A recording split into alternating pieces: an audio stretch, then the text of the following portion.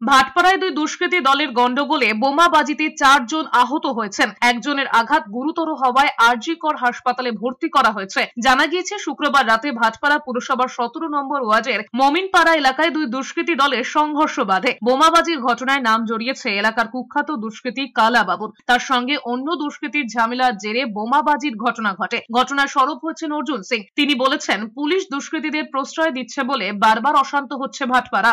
পুলিশই তো করায়, রেড করবে কি? পুলিশের তো কালাবাবু ওদের জামাই হয়ে, পুলিশের জামাই কালাবাবু, ওকে ধরবে নাকি? একটা মহিলার থেকে একটা ছেলের সম্পর্ক, এই নিয়ে মহিলার সঙ্গে ছেলের কিছু হয়েছে, তো হাতে একটা বোম নিয়েছিল, মদও খেয়েছিল, এই বোমটা ফেটে গেছে। এটা কোনো দুষ্কৃতি বা কোনো ঝামেলা বা কোনো কিছু নেই।